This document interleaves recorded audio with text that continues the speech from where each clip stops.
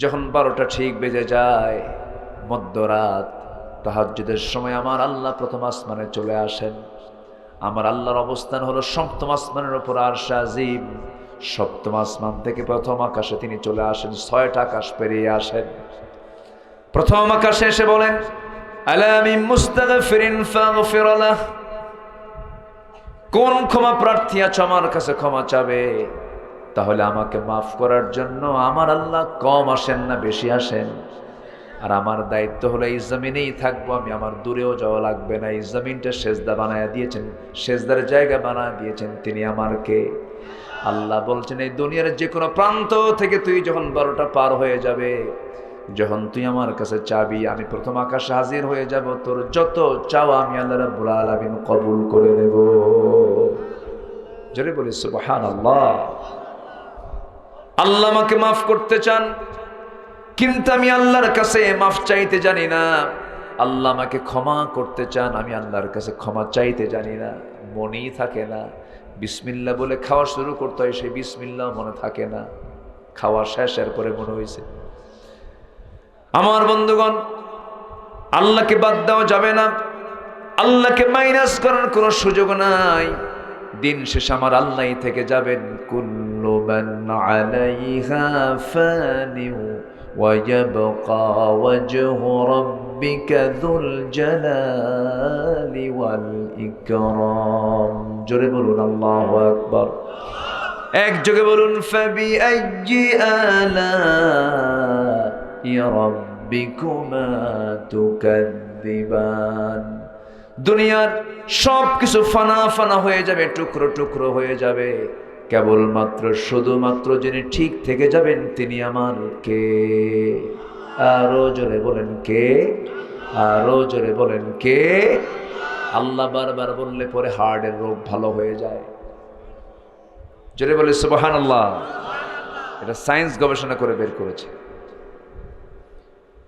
আল্লাহ শব্দটা পৃথিবীর সবাই বলতে পারে। সবচাইতে সহজ নাম, সবচাইতে স্পষ্ট নাম। পৃথিবীর কোন ভাষার মানুষ এই আল্লাহর নামটা নিতে কোনো কষ্ট হয় না।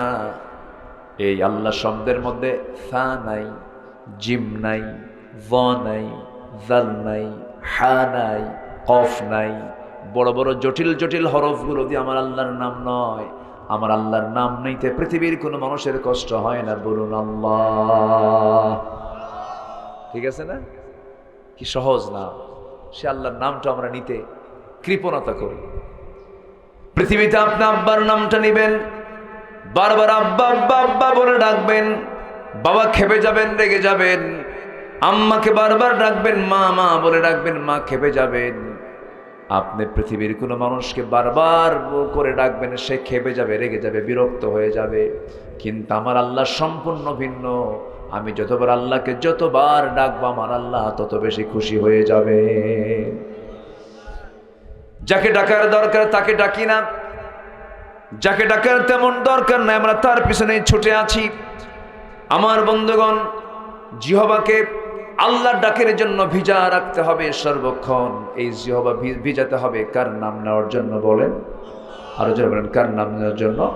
সবাই বলুন আলহামদুলিল্লাহি রাব্বিল আলামিন। সবাই বলুন আলহামদুলিল্লাহি রাব্বিল আলামিন আর রহমানির রহিম মালিকি ইয়াউমিদ্দিন ইয়্যাকা না'বুদু ওয়া ইয়্যাকা নাস্তাঈন ইহদিনাস সিরাতাল মুস্তাকিম সিরাতাল্লাযীনা আন'আমতা আলাইহিম গায়রিল মাগদুবি আলাইহিম ওয়ালাদ-দাল্লিন। যারা মক্কায় গেছেন, যারা মদিনার আমার নবীর মসজিদে যারা নামাজ পড়েছেন, সেখানে কিন্তু আমিন জোরে বলে। মক্কায় আমিন জোরে বলে, আমার দেশে আমিন আসতে বলে। আবার যদি কেউ আমিনটা নাও বলে তার নামাজও হয়ে যাবে। তবে আমিনটা বলা জরুরি নয়, তবে আমিনটা বলা সুন্নাহ। তবে এই আমিনকে জোরে বললো, আস্তে বললো আর না বললো, এটা নিয়ে গন্ডগোল করার কোনো দরকার। আমাদের সবার আগে খোঁজ নিতে হবে আমরা নামাজটা পড়ি কিনা। আমার বুকটা ফেটে যায়, আমরা আল্লাহর জিকির করি না। জিকির মানে হলো নামাজ। জিকির মানে কি? নামাজ। আর আমার দেশের জিকির মানে কি জানেন? হু আছে না, এরকম আছে না? এটার জিকির না। কিন্তু জিকিরের পরিভাষা শিখায় দেই, এই 4টা ভাষা ছাড়া পৃথিবীর কোনো জিকির আর কোথাও নাই। আল্লাহর যে 99টা নাম আছে, আমার আগের মেহমান বলে গেছেন, আমি ওয়াজগুলো বসে বসে শুনেছি, ঘরে বসে বসে শুনেছি। এই নামগুলো ধরে আল্লাহকে ডাকবো আমরা। আর 4টা পরিভাষা হলো, রাসূল সেই জিকিরটা শিখিয়েছেন, সেটা হলো সুবহানাল্লাহ, আলহামদুলিল্লাহ, লা ইলাহা ইল্লাল্লাহ। নাম্বার 4 হলো আল্লাহু আকবার, সুবহানাল্লাহ, আলহামদুলিল্লাহ, লা ইলাহা ইল্লাল্লাহ। এরপরে কি? আল্লাহু আকবার। এই 4 পরিভাষার বাইরে হু, এগুলো কোনো শব্দ আসতে, এগুলো কোনো শব্দ নাই। আপনার নাম হলো একটা, আমি আরেকটা নাম ধরে ডাকলাম, খুশি হবেন আপনি? খুশি হবেন না। আমরা আল্লাহর যে নাম, সেই নামটাই ধরে ডাকতে হবে। অর্থবহ হতে হবে। আংশিক পড়বেন, আপনার মনে যা আসবে তাই বলবেন, তা হবে না। ইসলাম তেমন একটি দিন বিধানের নাম, এমন একটি ধর্মের নাম, আপনার নখটা কাটবেন কেমনে রাসূল তাও শিখিয়ে দিয়েছেন। জোরে বলে সুবহানাল্লাহ। খুব ভয় লাগে জানেন, কিয়ামতের দিন অনেক আলেমকে ধরে ফেলবেন আল্লাহ তাআলা, অনেক হাফেজকে ধরে ফেলবেন, অনেক হাজীকে ধরে ফেলবেন, অনেক তাহাজ্জুদ গুজারকে ধরে ফেলবেন, অনেক দানবীরকে ধরে ফেলবেন, অনেক মুজাহিদকে ধরে ফেলবেন, শহীদকে ধরে ফেলবেন। শহীদ বলবে, আল্লাহ তোমার জমিনে তোমার দিন কায়েমের জন্য শহীদ হয়েছে। আল্লাহ বলবেন, না, তোর মতলব আলাদা ছিল। লোকে তোকে মুজাহিদ বলবে, এই জন্য তুই জিহাদ করেছিস, যা জাহান্নামে যা। যেরকম নাউযুবিল্লাহ। দানবীরকে বলা হবে, তুমি দান করেছ মানুষের খুশির জন্য, তুমি আমার খুশির জন্য দান করো নাই। দান করতে নিয়ে হুজুর হয়তো তোমার নামটা বলো নাই, তুমি মাইন্ডে নিয়েছো, আমার নামটা কেন বললো না? তুমি মানুষকে খুশি করার জন্য দান করেছ।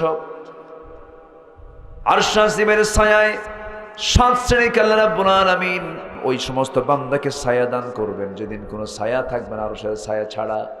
এর মধ্যে একটা শ্রেণী হলো ডান হাতে দান করেছে, বাম হাত জানে না, বাম হাতে দান করেছে, ডান হাত জানে না, মানে গোপনে যারা দান করবে। জোরে বলি সুবহানাল্লাহ। অনেক আলেমকে বলা হবে, তুমি আজকে জাহান্নামে চলে যাও কেন? তুমি আমার জন্য দিন শেখো নাই। মানুষ তোমার জনপ্রিয়তা নিয়ে প্রশংসা করবে, তুমি মানুষের খুশির জন্য কাজ করেছ, তোমার নিয়তের ইখলাস ছিল না, আজকে তোমাকে জাহান্নামের মধ্যে যেতে হবে। এই জন্য বন্ধুগণ, সবার আগে রহমত দরকার কার? আসতে বলবেন না, কার দরকার? আল্লাহর রহমত দরকার। নিজের চরিত্র দরকার। নিজের কি দরকার? চরিত্র দরকার। কোরআনকে সামনে রেখে আমি এমন একটা বিষয় নিয়ে একটু কথা বলতে চাচ্ছি। কোরআনের আলোকে আমাদের জীবনের কিছু পরিবর্তন করা দরকার, কিছু চেঞ্জ করা দরকার।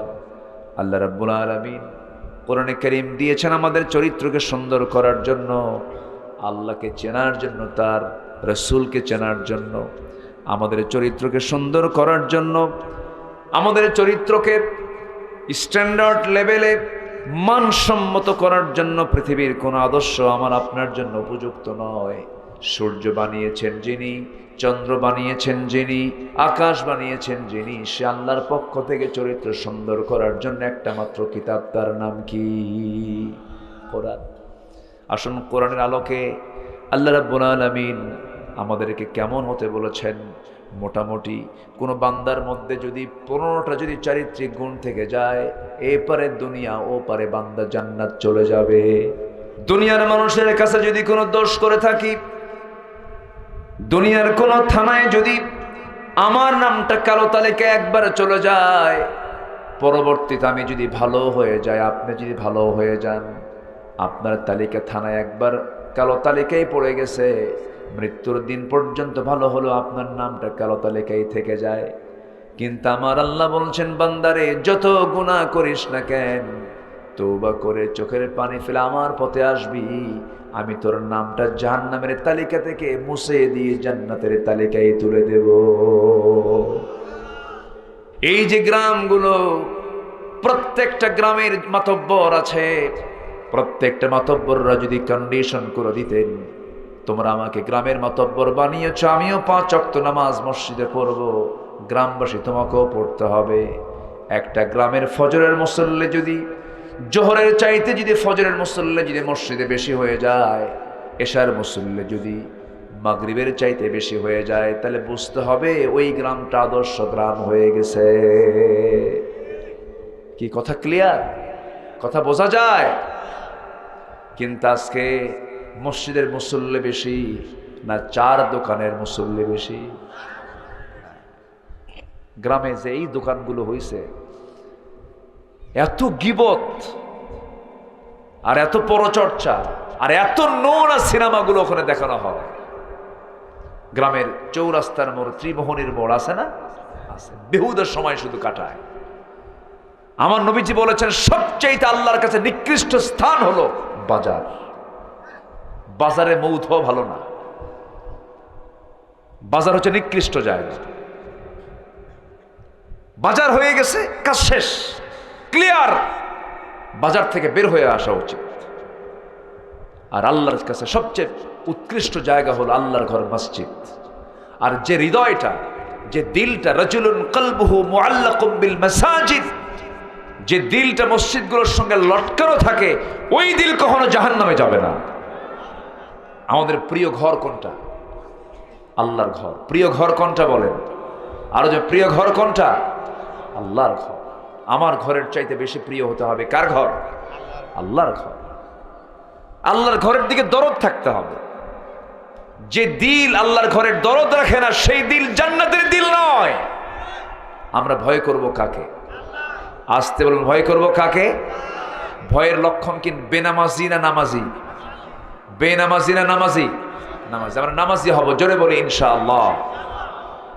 নাম্বার 1 যে গুণটা থাকতে হবে সেটা হলো সত্যবাদিতা। বলেন তো কি? সত্যবাদিতা। কখনো মিথ্যা কথা বলা যাবে। আপনার দোয়া যখন কবুল হয় না, তখন ভাববেন যে আপনার জিহবায় সমস্যা আছে।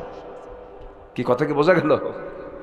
যখন আপনার দোয়া কবুল হচ্ছে না, তখন ভাবতে হবে কিসের সমস্যা আছে? জিহবায়। যে জিহবাদ আমি চাচ্ছি বলছি, এই জিহবার ভিতরে আমার ক্যান্সার ধরেছে। ক্যান্সার কখন ধরে? যখন মুখ থেকে মিথ্যা কথা বের হয়। আমার দেশের ব্যবসায়ীরা কি মিথ্যা কথা বলে? আজ থেকে মিথ্যা কথা বলে? ঢাকার উত্তরাতে আমি একটা বাদাম কিনলাম। বাদামি আছে না? বাদামি কিনলাম। ওরা ওটা দাওয়াত দিলাম। তো বললাম, ভাই এটার দাম কত? বললো 130 টাকা একটা বাদাম। গ্রামে একটু কম হয়, গ্রামে 50-60 টাকায় মনে হয় পাওয়া যায়, তার কমেও পাওয়া যায়, 30 টাকায় পাওয়া যায়। হ্যাঁ, তো 130 টাকা। এটা চলে গেছে ঢাকায়। তো ঢাকায় যাওয়ার কারণে ভিজিট বেড়ে গেছে, খরচ আছে। তো 130 টাকা আমাকে বললো, হুজুর এটা দিলেই হবে, আমি আপনার ওয়াজ শুনি, খুব ভক্ত আমি। তো বললাম যে একটু কম দেই। আমি তাকে বললাম, ভাই আমি দেব কত? হুজুর আপনি যা পারেন দেন। তো বললাম যে আমি 100 টাকা দিই। হুজুর আমার কেনাই নাই। কি বলেন তো? কি নাই? কেনাই। তা আমি তাকে বললাম, আপনি হাসা কইলেন না মিশা কইলেন? একটা মুস্কি হাসি মারছে।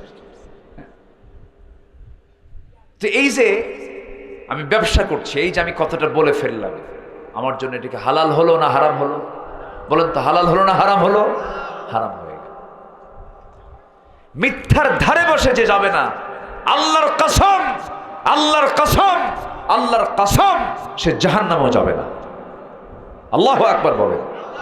আল্লাহর ভয় যদি থাকে এবং সে যদি মিথ্যা কথা না বলে, সে জান্নাত পাবে। যেরকম সুবহানাল্লাহ। তার প্রমাণ আমি আব্দুল আলামিন নই, এটার প্রমাণ হলো সূরাতুল আহজাবের ৭০ নম্বর আয়াত। এটাকে যদি কেউ ফলো করে, আল্লাহ বলছেন শুধু তাকে জান্নাত দেব না, তার যে ভুল আমলগুলো ছিল সংশোধন করে আমি তাকে সম্মানজনক জান্নাতে আমি আল্লাহ নিজে ঢুকায় দেব। তাহলে 1 নম্বর গুণ কি বলা? সত্য কথা বলা। আমরা সত্য কথা জীবনও ছেড়ে দেব না, সবসময় বলবো কি? সত্য কথা। আমার বন্ধুগণ, একজন বড় পীর সাহেবের নাম শুনেছি আমরা সবাই, যার নাম হলো আব্দুল কাদের জিলানী। জিলান শহরে, জিলান নগরে তার বাড়ি ছিল। ছোট্টবেলা আমার বাবার মুখেও গল্পগুলো শুনেছি, ঘটনাগুলো শুনেছি। আব্দুল কাদের জিলানী যখন ছোট মানুষ, জ্ঞান আহরণ করার জন্য বাড়ি থেকে বের হয়েছেন, মা তাকে ডাক দিয়ে বলছে, বাবা শিক্ষার জন্য যাচ্ছ, চলে যাও, আমি তোমাকে কিছু স্বর্ণ মুদ্রা দিচ্ছি। বাবা একটা কথা বলি, জীবনে কোনোদিন মিথ্যা কথা বলবা না। এই জিহবায় মিথ্যা কথা বললে পরে এই জিহবায় আল্লাহর কাছে চাইলে সেই চাওয়া কবুল হয় না। মা শিখায় দিল ছেলেকে, ছেলেকে শিখায় দিল। আব্দুল কাদের জিলানী ছোট্ট মানুষ, শেখার জন্য রওনা দিয়েছেন। রাতের বেলা, অন্ধকার রাত, ডাকাতের লোকজন ধরে ফেলেছে, সবার কাছ থেকে যা পাচ্ছে নিয়ে যাচ্ছে। তিনি দেখতেছেন এবার আব্দুল কাদের জিলানীর সামনে দাঁড়ানো। ডাকাতরা বলছে, ছেলেটা তোমার কাছে কি আছে বলো। পকেটের সমস্ত স্বর্ণ মুদ্রাগুলো ইজিলি মুসকে হাসি মেরে সব বের করে দিয়ে বলছে, এই যে আমার কাছে এই জিনিসগুলো আছে। এবার ডাকাতরা বলছে, কেউ তো সহজে মালামাল বের করতে চায় না, টাকা পয়সা বের করতে চায় না, তুমি যা বললাম তুমি সহজেই তুমি সব বের করে দিলে, কারণটা কি? সঙ্গে সঙ্গে আব্দুল কাদের জিলানী বলেছে, আমার মা আমাকে শিখিয়ে দিয়েছেন জীবনে কখনো মিথ্যা কথা বলবা না, সব জায়গায় সত্য কথা বলবা। এই জন্য আমি মিথ্যার আশ্রয় নেই নাই, সত্য কথা বলে সব সম্পদ আমি তোমার সামনে হাজির করে দিয়েছি। ডাকাত চোখের পানি ফেলে ফেলে কান্দে, আর মনে মনে চিন্তা করে, আহারে কোন পথ বেছে নিলাম। এই শিশুটা আমাদেরকে বড় পথ দেখায় দিল, শিক্ষা দেখায় দিল। ডাকাতি ছেড়ে দিয়া ওই শিশুর চরিত্র দেখে তাদের চরিত্রের পরিবর্তন ঘটায় ফেললো। যেরকম সুবহানাল্লাহ। সাইয়েদনা ওমর ফারুক রাদিয়াল্লাহু তাআলা আনহু রাতের বেলা সফর করছেন। রাতের বেলা তিনি ঘুমাতেন না, তার দেশ একটা ছিল না। তিনি যে রাষ্ট্রের দায়িত্ব পালন করেছেন, অর্ধ দুনিয়া তিনি শাসন করেছেন, অর্ধ দুনিয়া তিনি নিয়ন্ত্রণ করেছেন, শাসন করেছেন। এই বিশাল 40টা রাষ্ট্র তিনি চালিয়েছেন। এত বড় রাষ্ট্রপতি হওয়ার পরও চুল পরিমাণ কোনো অহংকার ছিল না। তিনি একজন নিরহংকারী মানুষ ছিলেন। এক একজনের তবিয়ত এক রকম। সাইয়েদনা ওমর ফারুকের কাপড় চোপড়ের সাইজ বাইজ ছিল না, পিছনের জুব্বা ছিঁড়ে যেত, মাঝে মাঝে সেলাই দেওয়ার কথা ভুলে যেতেন। এরকম বেখিয়াল মানুষ ছিলেন তিনি। নিজের পোশাকের ব্যাপারেও তিনি যত্নবান ছিলেন না। সবাই মিলে পরামর্শ দিল, এমনকি আমার নবীর 2 স্ত্রী পরামর্শ দিচ্ছেন, আমিরুল মুমিনিন একটু উন্নত জীবন গ্রহণ করুন, কূটনীতিক না আপনার কাছে আসে, বিদেশে মেহমানরা আপনার কাছে আসে, একটু পোশাকটা উন্নত করা দরকার। ওমরে ফারুক বলছেন, তোমরা আমাকে এমন নসিহত কেমন করে করছো? নবীর স্ত্রী হওয়ার পরেও আমাকে কেমন করে বলো? আমার নবীজি এমন একটা রাত চলে গেছে, যুদ্ধের সমস্ত কিছু খরচ করার পরে কিছুই নাই। আমার নবীজি রাত্রে ঘুমাবেন কোন চাদরে? চাদরটা নাই। নিজের জুব্বাটাকে চাদর বানায়া গোটা রাত তিনি সেইভাবেই কাটায় দিয়েছেন। বিছানা নরম করে দেওয়ার জন্য আয়েশা, নবীজির তাহাজ্জুদ নামাজটা কাজা হয়ে গেছে। ওরে আয়েশা, তোমরা যদি নবীর বউ হওয়ার পরে এমন একটা কথা বলো, আমি ওমর আমার পোশাক দেখে কাফের মুশরিকরা ভয় পায় না, আমি ওমর আমার তাকওয়া দেখে কাফের মুশরিকরা ভয় পায়। জোরে বলি আল্লাহু আকবার। কোন রাত তিনি ঘুমান নাই। ক্ষমতা পাওয়ার পর থেকে তিনি আরো শুকায় গেছেন। রাষ্ট্রের ক্ষমতা পাওয়ার পরে খলিফারা শুকায় যেতেন। আর আমার দেশের কোন ব্যক্তি ক্ষমতা পাইলে তার চেহারা কি হয়? হ্যাঁ, ফুলে ওঠে। চেয়ারম্যান হওয়ার আগে তেল দিত এই জায়গায়, পেট ছিল পিঠের সাথে। চেয়ারম্যান হওয়ার পর তেল দেয় এই জায়গায়, আর কোলাকুলি হয় না, হয় পেটা পেটি, ঠিক কিনা? ওমর রাদিয়াল্লাহু তাআলা আনহু ক্ষমতা পাওয়ার পর থেকে মৃত্যুর দিন পর্যন্ত কোন রাত তিনি আরামে ঘুমাতে পারেন নাই, ঘুম হয় নাই তার। তিনি প্রতিবেশীকে দেখতে যেতেন, জনগণকে দেখতে যেতেন রাতের আধারে, লোকজন ছাড়া একা। কি লোকজন ছাড়া? কি একা যেতেন, কোনো ভয় করতেন না কাউকে, না কে ছাড়া? আল্লাহ ছাড়া। আর আমার দেশের কত ফোর্স লাগে, সামনে ফোর্স পিছনে ফোর্স, মালাকুল মউত আটকাবি কেমনে?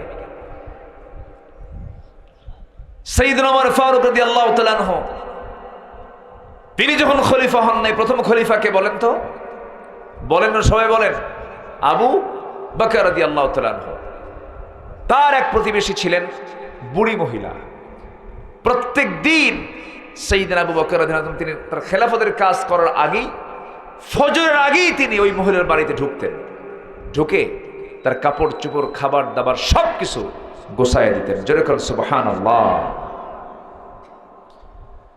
সাইয়েদনা ওমর ফারুক রাদিয়াল্লাহু তাআলা একদিন মনে মনে চিন্তা করলেন, এই বুড়ি মহিলার আমি খেদমত করতে যাব। খেদমত করতে গেছেন, দরজায় নক দিয়ে বলছেন আমি খেদমত করতে চাই। সঙ্গে সঙ্গে বুড়ি মহিলা বলছে, এই বাড়িতে কিছুক্ষণ আগে একজন লোক আমার খেদমত করে চলে গেছে। কে খেদমতের জন্য আসলো? উনি আড়ালে থাকলেন। পরের দিন ঠিক ওই সময় জুতা পায়ে না দিয়ে, যেন কেউ না টের পায়, খালি পায়ে হেঁটে এসে খলিফা আবু বকর সিদ্দিক রাদিয়াল্লাহু তাআলা ঘরের মধ্যে ঢুকলেন। ঢুকে তার কাপড় চোপড়গুলো, তার খাবার দাবার সব কিছু প্রস্তুত করে, ওই বুড়ি মহিলার ছেলে মেয়ে কেউ ছিল না, তার খেদমত করে তিনি চলে যেতে নিচ্ছেন। এমন সময় সামনে দাঁড়ায় গেছেন ওমর ফারুক রাদিয়াল্লাহু তাআলা আনহু। বলছেন, আপনি খেদমতের দায়িত্ব পালন করছেন, অন্তত এই কাজগুলো তো আমারে দেওয়া দরকার, আমরাও তো করতে পারি। সাইয়েদনা আবু বকর বলছেন, ওরে ওমর, কিয়ামতের দিন আমার পিঠের বোঝা তোমার পিঠে যাবে না, আমার কাজ আমাকে করতে দাও। চিন্তা করেন তাদের চেতনা কি ছিল, কি তারা খেয়াল করেছেন। সাইয়েদনা ওমর ফারুক রাদিয়াল্লাহু তাআলা আনহু গোটা রাত এইরকম করে জনগণকে দেখতে যেতেন। এক রাতে, যে উদ্দেশ্যে আমি কথাগুলো বলতে চাচ্ছি, এক রাতে তিনি ঘুরতেছেন, হঠাৎ করে গভীর রাত্রিতে মা মেয়ের গল্প, মা মেয়ের গল্প। মেয়ে বলছে, মা এই দুধগুলো কালকে বিক্রি করতে হবে।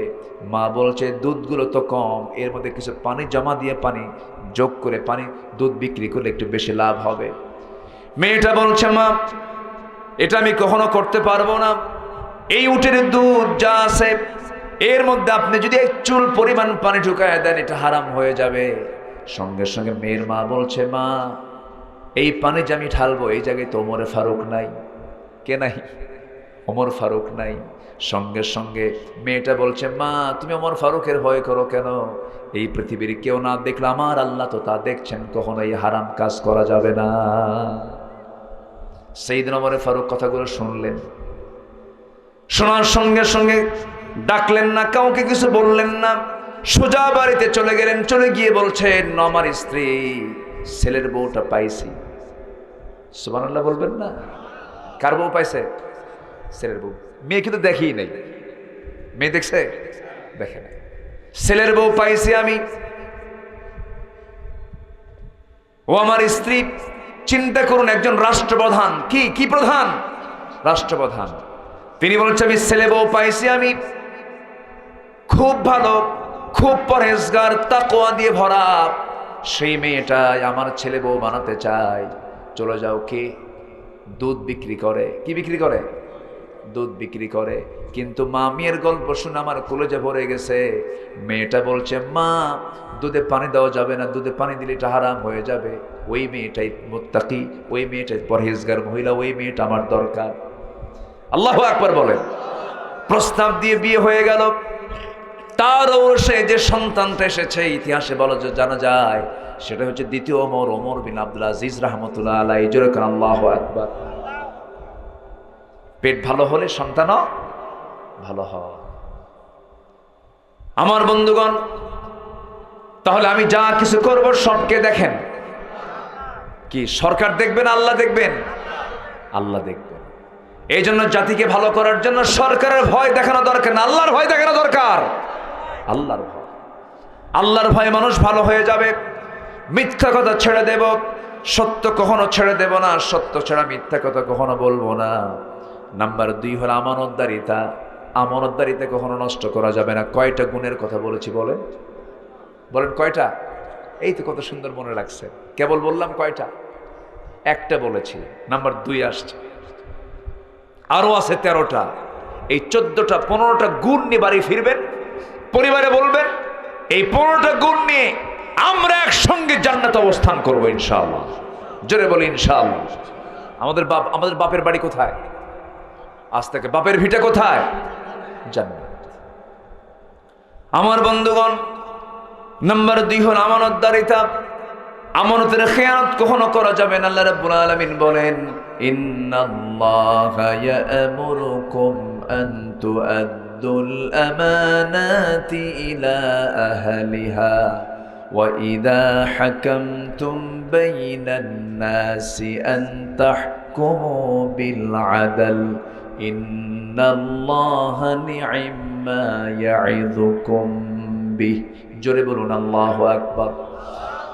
তোমরা আমানতটাকে রক্ষা করো, আমানতের খেয়ানত করো না। আমানতের খেয়ানত করলে পরিমাণ থাকে না। লা ঈমানা লিমান লা আমানাতা লাহ। যারা আমানতদারিতা নাই তার ঈমানই নাই। নাউজুবিল্লাহ বলেন। আমানত রক্ষা করার দরকার আছে না নাই? আমানত রক্ষা করতে হবে। মেয়ের সম্পত্তি বাবা মেয়েকে দেয় না, এমন বাবা বুঝি কাজীপুরে নাই? আছে? আমার মায়েরা কি আমার আলোচনাগুলো শুনতেছে নাকি? এই দেশের মা বোনরা কিন্তু মাহরুম হয়ে যায়, বাবার সম্পত্তি ম্যাক্সিমাম ফ্যামিলিতে পায় না। আবার কৌশলে ভাইরা বাবার কাছ থেকে সমস্ত সম্পত্তিগুলো, দামি দামি জায়গাগুলো জীবদ্দশায় লিখে নেয়, বাপও লিখে দেয়। এমন জমি রেখে যায় যে জমিগুলোর কোনো দাম নাই, মূল্য নাই। এরকম করে ফাঁকিবাজি করা হয়। এই জামানতের খেয়ানতটা করা হলো। আপনি বাবা মেয়েকে অংশ না দিয়ে ছেলেকে রেখে দিয়ে চলে গেলেন, আপনি জাহান্নামের অংশ কিনে নিলেন। জাহান্নামে যেতে হবে। এই ওয়াজটা আমার না আল্লাহর? ওয়াজটা কার বলেন? আল্লাহর ওয়াজ। এই কথাগুলো একটু মনোযোগ দিয়ে শুনবেন সবাই।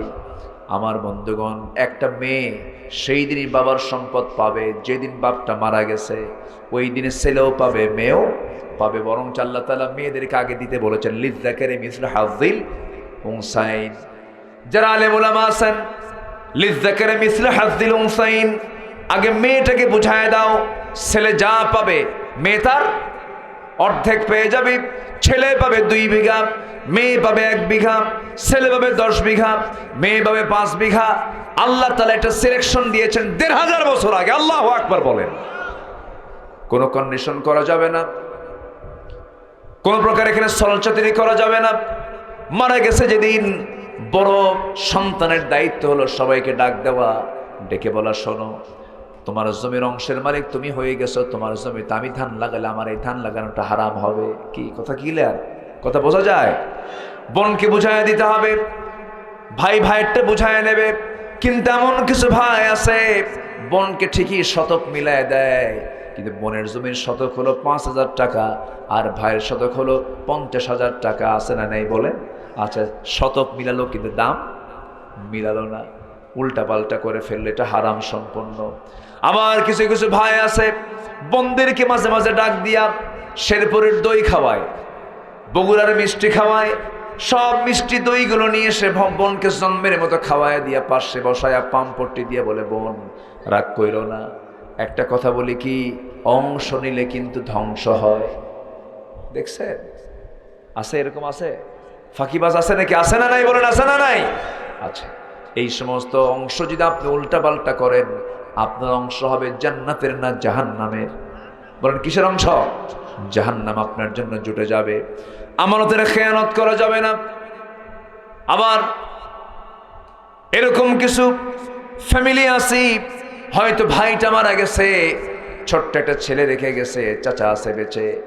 এই যে এতিমটা থাকলো, এতিমের ব্যাপারে ইসলাম খুব সতর্ক। আল্লাহ রাব্বুল আলামিন এতিমের ব্যাপারে বহু জায়গায় কথা বলেছেন, ওয়ালা তাকরাবু মালাল ইয়াতীম।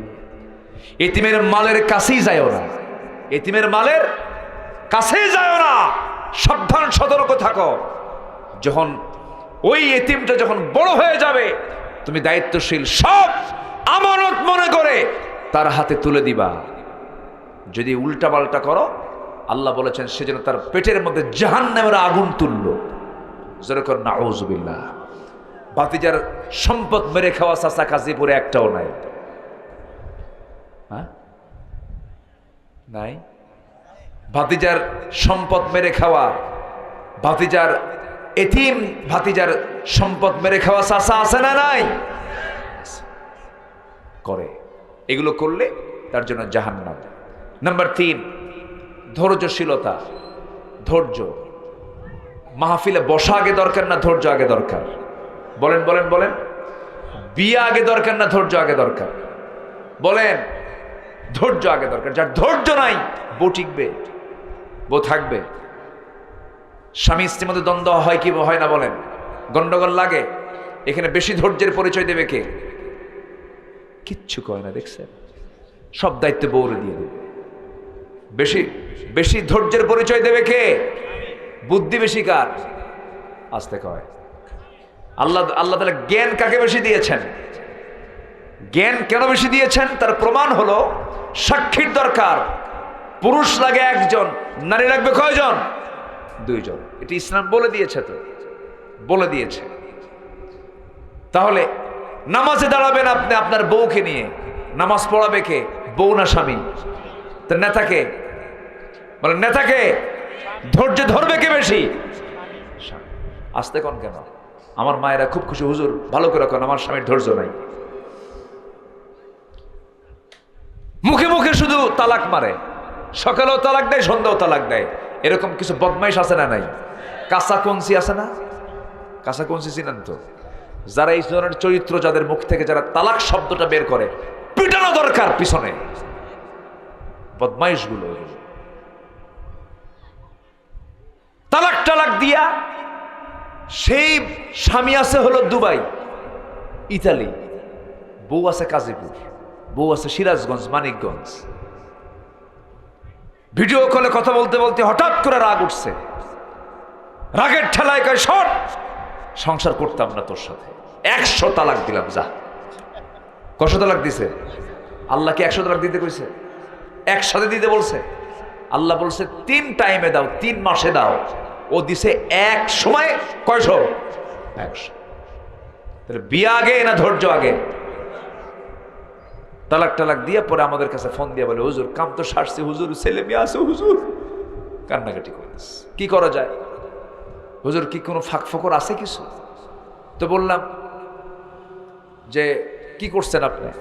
কে তালাক তো মারছি, শাশুড়ি সহ তালাক দিছে। কেন শাশুড়ি কি হয়েছে? হুজুর ওটার জন্যই তো তোর আগের আগে, ওটা আগে মারছি। আচ্ছা শাশুড়ি তালাক হয়? শাশুড়ি তালাক হয়? তাহলে এমন অসংখ্য ফ্যামিলি আছে বাংলাদেশে যারা বউকে তালাক দেওয়ার পরও সেই বউ নিয়ে সংসার করতেছে। ওই সম্পর্ক হলো জেনার সম্পর্ক। কিসের সম্পর্ক বলেন? জেনার সম্পর্ক। তাহলে এখানে ধৈর্যের অভাবে কত বড় ক্ষতি হয়ে যাচ্ছে। এই জন্য সবার আগে ধৈর্যের দরকার আছে না নাই? আছে। মেয়ে মানুষ আল্লাহ তাআলা তাদেরকে বানিয়েছেন সোজা হাড়ে না বাঁকা হাড়ে?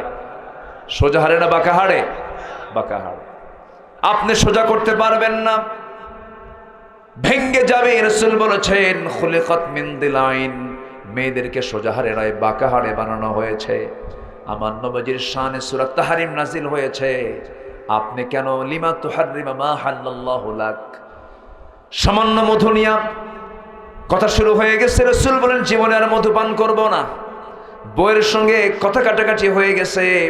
আমার নবীজি, তার স্ত্রী ছিল, স্ত্রীদের সঙ্গে আমাদের মধ্যে সবার মধ্যে কম বেশি লাগতেই পারে, কিছু দ্বন্দ্ব হতেই পারে, কিন্তু নিয়ন্ত্রণহীন হওয়া যাবে না, মাত্রাতিরিক্ত হওয়া যাবে না।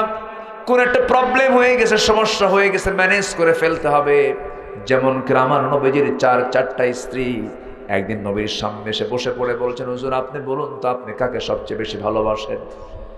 আমার নবীজি কথা শুনেই মুস্কি মুস্কি হাসি মারলেন। মুস্কি মুস্কি হাসি মেরে বলছেন, ও আমার স্ত্রী 4 জন, তোমরা এখন চলে যাও, আগামীকালকে সকালবেলা জানিয়ে দেব আমি কাকে সবচেয়ে বেশি ভালোবাসি। তিনি একটা ব্রেন খাটালেন। এই সন্ধ্যাবেলায় করলেন কি, প্রত্যেক 4টা স্ত্রীর জন্য তিনি 2টা করে খেজুর বরাদ্দ করলেন।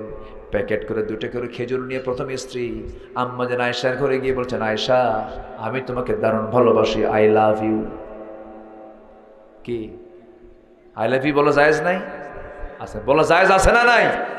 পরের বউ রে, পরের বউ না নিজের বউ? নিজের বউ। এটা যেন মনে থাকে। আবার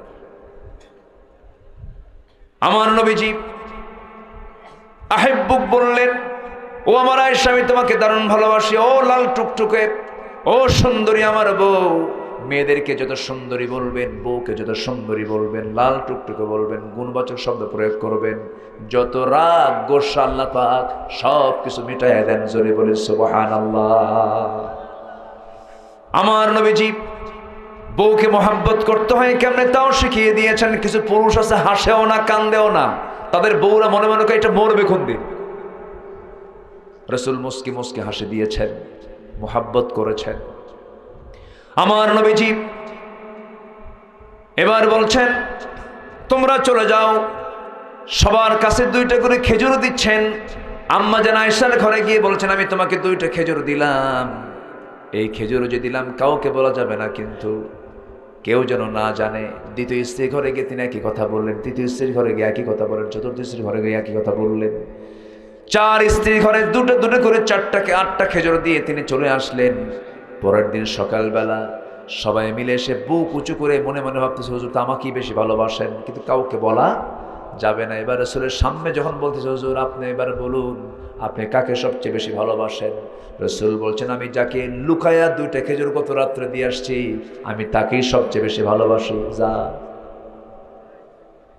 যেরকম সুবহানাল্লাহ, কি কন্ট্রোল, কি ম্যানেজ।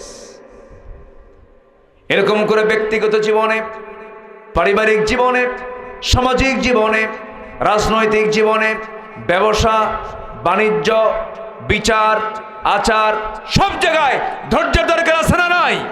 আছে। এটা হচ্ছে 3 নম্বর গুণ। কয় নম্বর গুণ বলে? 3 নম্বর গুণ। এরপর আল্লাহ রাব্বুল আলামিন বান্দাকে বলছেন নাম্বার 4 ভরসা করবে, তাওয়াক্কুল করবে আল্লাহর উপরে। বাচ্চা কাচ্চা হয় না, কোনো দরবারে যাওয়ার দরকার নেই। আমরা কার দরবারে যাব? আসতে বলুন না, কার দরবারে যাব? এই এলাকায় আছে কিনা পীর বাবার মাজারে গিয়া সেজদা মারে? আছে নাকি? এগুলো টুকটাক কিছু আছে মনে হয়। এগুলো করা যাবে না, এগুলো নোংরামি কাজ, শিরকের কাজ, এগুলো মাফ হবে না। এই সমস্ত কারবারগুলো করা যাবে না। বছর 6 আগের কথা, জেলখানায় যখন ঢুকলাম একজন মুরব্বীকে পাইছি, আর একজন মুরব্বীকে পেলাম। মোষ লাল টকটকা, দাড়িও লাল টকটকা, বয়স্ক মানুষ, দেখতে সুন্দর দেখা গেল।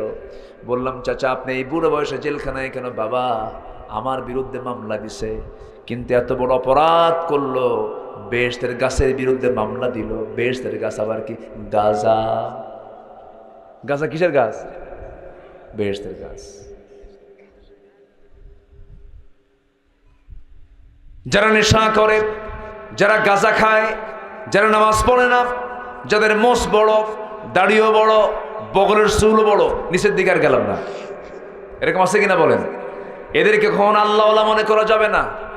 হয়তো অনেকে মনে করেন কথা কয় না, দুনিয়ার কথা মনে থাকে না, এই লোকটাই বুঝি আল্লাহর ওলি।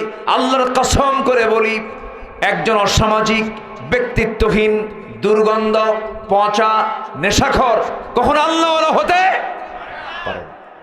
আল্লাহওয়ালা হতে হলে ব্যক্তিত্ব সম্পন্ন হতে হবে। আমার নবী ছিলেন পৃথিবীর সেরা ব্যক্তিত্ব সম্পন্ন মানুষ, মুহাম্মদ সাল্লাল্লাহু আলাইহি ওয়াসাল্লাম। রাস্তায় যেতেন, গোটা রাস্তা সুগন্ধ আতরে ভরপুর হয়ে যেত। আমার নবীজি কোন শিশুর মাথায় হাত বুলাতেন, গোটা শরীর তার সুগন্ধে ভরপুর হয়ে যেত।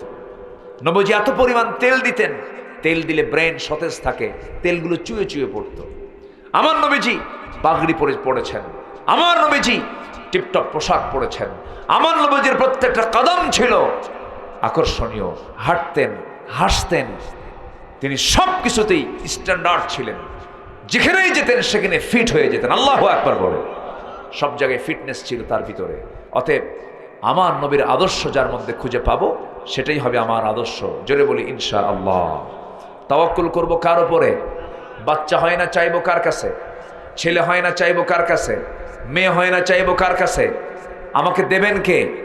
ইয়াহাবু লিমান ইয়াশাউ ইনাসা ওয়া ইয়াহাবু লিমান ইয়াশাউ যুকুর। আল্লাহ যাকে চান ছেলে দেন, যাকে চান মেয়ে দেন, যাকে চান কিচ্ছু দেন না। কার সিদ্ধান্ত? আল্লাহর সিদ্ধান্ত। নাম্বার 5, ইখলাস থাকতে হবে। কি থাকতে হবে? ইখলাস মানে হচ্ছে একনিষ্ঠ। যা করব কার জন্য? আসতে হলো না, কার জন্য? আল্লাহর জন্য। আল্লাহ রাব্বুল আলামিন তাওয়াক্কুলের ব্যাপারে বলছেন, ওমাই ইয়াতাওয়াক্কাল আলাল্লাহ ফাহুয়া হাসবুহ ইখলাসের ব্যাপারে বলছেন ওয়ামা উমিরু ইল্লা লিয়াবুদুল্লাহ মুখলিসিনা লাহুদ্দিন। আল্লাহ রাব্বুল আলামিন বলছেন, বান্দা তোমার ইখলাসটা তুমি ঠিক রাখো, দিনটাকে তুমি একনিষ্ঠভাবে গ্রহণ করো। নাম্বার 6 হলো আদালত, নাম্বার 6 হলো ন্যায় বিচার। আমার নবীজির আদালতে ন্যায় বিচার ছিল, সঠিক বিচার ছিল। কোন ব্যক্তি দেখে রাসূল কখনো বিচার করেন নাই। নবীজি ডাকাতের বিচারও করেছেন, আবার নবীজি চুরির বিচারও করেছেন। এক ডাকাত এক রাখালকে মেরে ফেলে উটগুলো অপহরণ করে নিয়ে যাচ্ছিল, রাসূল তাকে পাকড়াও করতে ধরে ফেললেন। ধরে ফেলার পরে বলছেন, তার হাত বাঁধো, পা বাঁধো, একটা একটা করে অঙ্গ কেটে ফেলো, রাখালকে যেমন করে মেরে চৌকি তেমন করে মারো। কার অর্ডার? নবীর অর্ডার। কার অর্ডার বলেন? আমার নবী যে অর্ডার দিচ্ছেন, তার হাত কাটো, পা কাটো। ওই রাখালকে যেমন করে সে মেরে ফেলে উট অপহরণ করে নিয়ে যাচ্ছিল, ওই রাখালের মতোই তাকে মেরে ফেলে দাও। শেষ পর্যন্ত ডাকাত পানির জন্য ছটফট করতে করতে জিব্বা দিয়ে চাটতেছে মরুর বালু, মরুভূমির বালু চাটতেছিল আর পানি পানি বলে চিৎকার করতেছিল। সাহাবাদের মধ্যে দয়া হলো, সবাই গিয়ে বলছে, হুজুর ওই ডাকাতটা যেমন করে পানি চাচ্ছে মনে হচ্ছে আমরা পানিটা দেই। রাসূল বলছেন, না না, খবরদার, তোমরা এক চুল পরিমাণ পানি দিবে না, এক ফোঁটাও পানি দিবে না, কারণ এই ডাকাতটা আমার ওই রাখালকে মারার সময় সে দয়া করে নাই। মরুভূমির বালু চাটতে চাটতে সেখানে মরে যাবে। আল্লাহু আকবার বলবেন না? আমার নবী শুধু দয়ার সাগর ছিলেন অশনি, কিন্তু আমার নবী যে বিচারের ক্ষেত্রে কি ছিলেন? কঠোর। সঠিক বিচার তিনি করেছেন। একজন মহিলা চুরি করেছে, ধনী সম্ভ্রান্ত উচ্চ বংশের একজন নারী চুরি করে ধরা পড়ে গেছে। রাসূল বলেন, কোনো কথা নাই, ধরে আনো, প্রকাশ্যে দিবালোকে অসংখ্য লোকের সামনে তার হাত কেটে ফেলো। হাত কাটতে হবে। শেষ পর্যন্ত উচ্চ বংশীয় লোকের হন, উচ্চ বংশের মানুষ হওয়ার কারণে সবাই এসে ওমর ফারুকের কাছে ধর্ণা দিয়ে বলছে, ভাই ওমর, তোমার কথা রাসূল শুনবেন, তুমি যদি একটু বলো আমাদের পক্ষে কথা, রাসূল তা মেনে নিতে পারেন, শাস্তি একটু লঘু করা যায় কিনা, অন্য কোনো দণ্ড দেওয়া যায় কিনা। সাইয়েদনা ওমর ফারুক রাদিয়াল্লাহু তাআলা নবীর সামনে এসে দাঁড়ালেন। আমার নবীজি শুনে বলছেন, ওরে আমার ওমর, তোমার সেই দারাজ কণ্ঠ গেল কোথায়? তুমি আমার আজকে একজন চোরের পক্ষে সুপারিশ করতে এসেছো, আমার কাছে এমন সুপারিশ নিয়ে এসেছো, আজকে যদি সম্ভ্রান্ত পরিবারের ওই মেয়ে ফাতিমা না হয়ে যদি আমার কলিজার টুকরা মেয়ে, আমার মেয়ে ফাতিমা বিনতে মুহাম্মদ যদি চুরি করে ধরা পড়তো, আমি নবী নিজে সবাইকে সামনে রেখে আমি নিজে আমার মেয়ের হাতটা কেটে দিতাম। আল্লাহু আকবার বলেন। আইন সবার জন্য কি? আইন সবার জন্য সমান। সাইয়েদনা ওমর ফারুক রাদিয়াল্লাহু তাআলা খলিফাতুল মুসলিমিন হয়েছেন। সেই সময় ঘোড়া কিনতে গেছেন। কি কিনতে গেছেন? এখন কি কিনতে যায়? হুন্ডা কিনতে যায়, এখন গাড়ি কিনতে যায়। সে সময় কি কিনতো? ঘোড়া। ঘোড়া কিন্তু অনেক দামি জিনিস, ঘোড়ার দাম কিন্তু অনেক। এই এলাকায় একসময় ঘোড়ার দৌড় হতো, এখনো হয় না? হ্যাঁ, আমার বাড়ি তো যদিও থাকি ঢাকায়, কিন্তু আমার জন্মস্থান হচ্ছে খুব দূরে না, শেরপুরি আমার বাড়ি।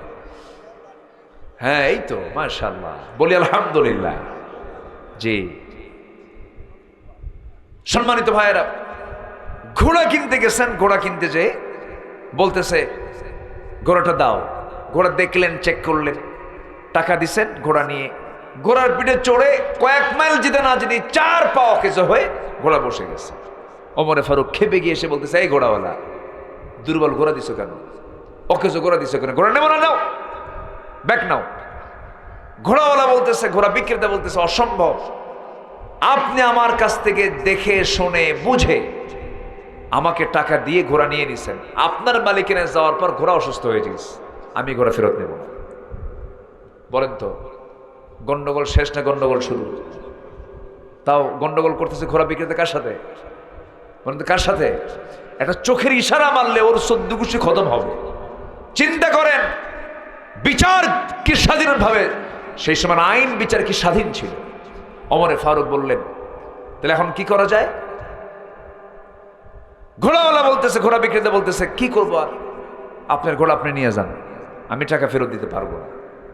কেন? এটা আমি মানবো না। এতে চলো তাহলে আদালতে যাই। হ্যাঁ চলেন আদালতে যাই। আদালতের শরণাপন্ন হলো, বাদী হলো হচ্ছে ঘোড়াওয়ালা, ঘোড়া বিক্রেতা। মামলা যে আদালতে করা হয়েছে সে আদালতের মানে রুমের ভিতরে ঢোকা মাত্রই বিচারপতির সামনে দাঁড়ায় গেছে, দাঁড়ায় গিয়ে বলতেছে, আমিরুল মুমিনিন আপনি এই জায়গায় কেন? খলিফা ওমর ফারুক বলছে, আল্লাহর কসম আমি ওমর দেখে তুমি বিচার করবা না। আমি এই মামলার একজন আসামি করেছে আমাকে, আমি ওমর আমার চেহারা দেখে বিচার করবা না, সঠিক যে বিচার হবে সেটাই করবা। বসে গেছে, বিচার শুরু। সবার মুখ থেকে কথাগুলো শুনলেন, শোনার পর যিনি বিচারক তার নাম হচ্ছে কাজী শুরাইহ ইবনুল হারিস আল কিন্দি রাহমাতুল্লাহ আলাই। এই কাজী করলেন কি? বলছেন ওমর ফারুক রাদিয়াল্লাহু তাআলা আনহু, আপনি আমারও খলিফা, ঘোড়াওয়ালার খলিফা, অর্ধজাহানের শাসক আপনি, কিন্তু আমি যতটুকু শুনলাম জবান বন্দে নিলাম, আমার কাছে মনে হচ্ছে আমি যতটুকু কোরআন এবং সুন্নাহকে রেখে আমি যতটুকু সিদ্ধান্ত দিচ্ছি, এই ঘোড়াটা আপনি কখনো ঘোড়া বিক্রেতাকে আপনি ব্যাগ দিতে পারবেন না, কারণ কেনা বেচা সম্পূর্ণ হয়ে গেছে, চুক্তিকরণ সম্পূর্ণ হয়ে গেছে। ঘোড়া আপনার মালিকানায় যাওয়ার পর সেই ঘোড়া আপনি ফেরত দিতে পারবেন না, কারণ আপনি আমার এই জায়গায় এখন সুস্থ হয়ে কথা বলছেন, আপনি চত্বর থেকে সুস্থ হয়ে বাড়ি ফিরবেন তার কোনো গ্যারান্টি আছে নাকি? নাই। তাই যদি না হয় এই ঘোড়াটাও আপনি ওই ঘোড়া বিক্রেতাকে কখনো দিতে পারবেন না। ওমর ফারুক রাদিয়াল্লাহু তাআলা আনহু আস্তে করে মাথা নিচু করে মুস্কি মুস্কি হাসি মেরে বাড়ির দিকে চলে আসলেন। পরের দিন মজলিসে শুরার বৈঠক, সংসদের পার্লামেন্ট বসেছে, সব পার্লামেন্টের সদস্যরা বসেছেন। ওমর ফারুক বলেন, তোমরা কি জানো আমি একজন ভালো বিচারপতি পেয়েছি, অমুক জায়গায় সে বসে, তাকে আঞ্চলিক বিচারপতি না বানায় তাকে জাতীয় বিচারপতি বানানো হোক, প্রধান বিচারপতি বানানো হোক, কারণ সে সাহস করে আমার বিরুদ্ধে সে রায় দিয়েছে। সুবহানাল্লাহ বলবেন না? বিরুদ্ধে রায় দিলে প্রমোশন কমে না বাড়ে? আর আমার দেশে বিরুদ্ধে রায় দিলে কি হয়?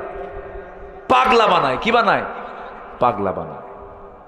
আদালত কেবল 6টা হলো। কি কথা বলবো? বলবো? আগ্রহ আছে আপনাদের? বলি ইনশাআল্লাহ।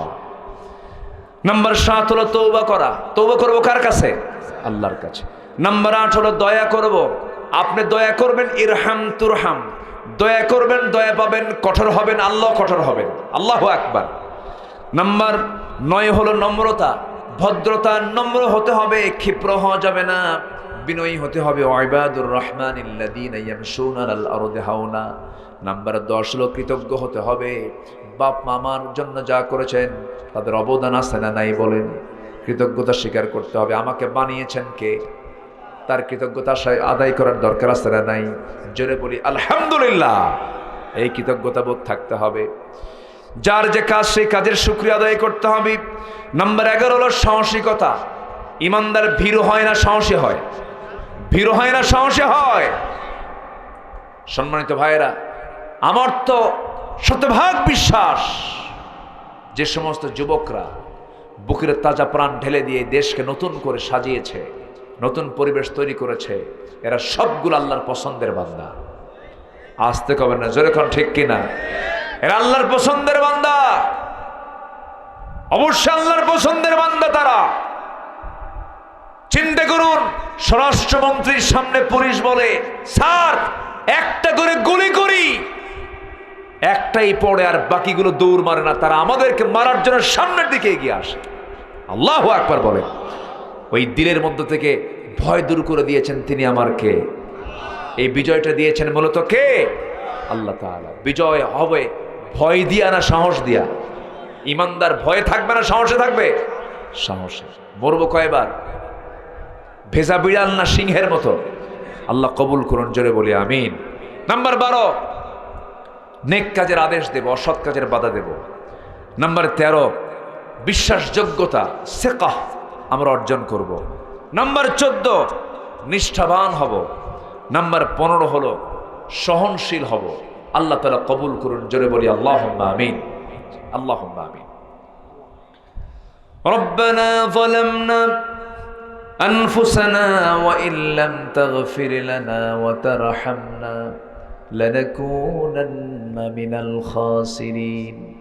গভীর রাত, নিঝুম রাত, ঝিমানো রাত্রিতে চাঁদের মতো হাজারো মুসলমান নরনারী নিয়ে তোমার কালামের 2-3টা আয়াতকে সামনে রেখে মুমিন জীবনের মুমিন জীবনের চারিত্রিক 15টা গুণাবলীর উপরে কিছু কথা বলেছি। কাঙ্গাল ফিকারের মতো সে শান্তি সে দুটো হাত তুলেছে, আল্লাহ গুনার দিকে নজর দিও না, বান্দা মনে করে তামাম জীবনের সমস্ত গুনাহগুলোকে মাফ করে দাও। আব্বা আম্মা যারা চলে গেল রে, জিন্দেগির গুনাহগুলো মাফ করো, কবরগুলোকে জান্নাতের টুকরা বানায়া দাও। আব্বা আম্মার জন্য কি দোয়া করতে হয় তাও শিখিয়ে দিয়েছো। আওয়াজ দিয়ে ঠোঁটটা মিলিয়ে মিলিয়ে সবাই বলুন, রব্বির হামহুমা কামা রব্বায়ানি সগীরা, রব্বির হামহুমা কামা রব্বায়ানি সগীরা। আয় আল্লাহ তাআলা, এমন ভাই আমার সঙ্গে হাত তুলতে পারেন যিনি নিজের হাতে নিজের মাকে দাফন করেছেন, নিজের বাবার লাশ নিজের পিঠে বহন করে করে কবরে শোয়া দিয়েছেন। আহারে, সে আব্বার কথা যখন মনে হয় রে, বুকটা খান খান হয়ে যায়। মার কথা যখন মনে হয় ছটফট লাগে, কি যেন নাই কি যেন নাই রে। সে আব্বা আম্মা যারা চলে গেল, জিন্দেগির গুনাহগুলো মাফ করে দাও, কবরগুলোকে জান্নাতের টুকরা বানায়া দাও। বিশেষ করে মাহফিলটার আয়োজন করলেন যারা, কষ্ট করে আসলেন যারা, বিনিময়ে কিয়ামতের কঠিন মুসিবতের দিন, যেদিন কেউ কাউকে চিনবে না, কেউ কাউকে বুঝবে না, কেউ কাউকে জানবে না, সেই কঠিন মুসিবতের দিন মাহফিল সবার জন্য নাজাতের মাধ্যম তুমি আল্লাহ বানায় দিও। আমার আনু ভাইকে কবুল করো, সবার নাম তোমার জানা নাই, যুব সমাজদেরকে তুমি আল্লাহ কবুল করো, 313 সদস্যকে তুমি আল্লাহ কবুল আর মঞ্জুর করো। ভারনাঙ্গার প্রত্যেকটা ঘরকে তুমি আল্লাহ ইসলামের দুর্গ বানায় দাও, মাদেরকে আয়েশা খাদিজা সুমাইয়া বানায় নাও। আল্লাহ গো, তোমার বান্দাগুলোকে নিয়ে হাত তুলেছি, মুসলমানদের পায়ের তলায় মাটি নেই এখন গোটা দুনিয়া জুড়ে।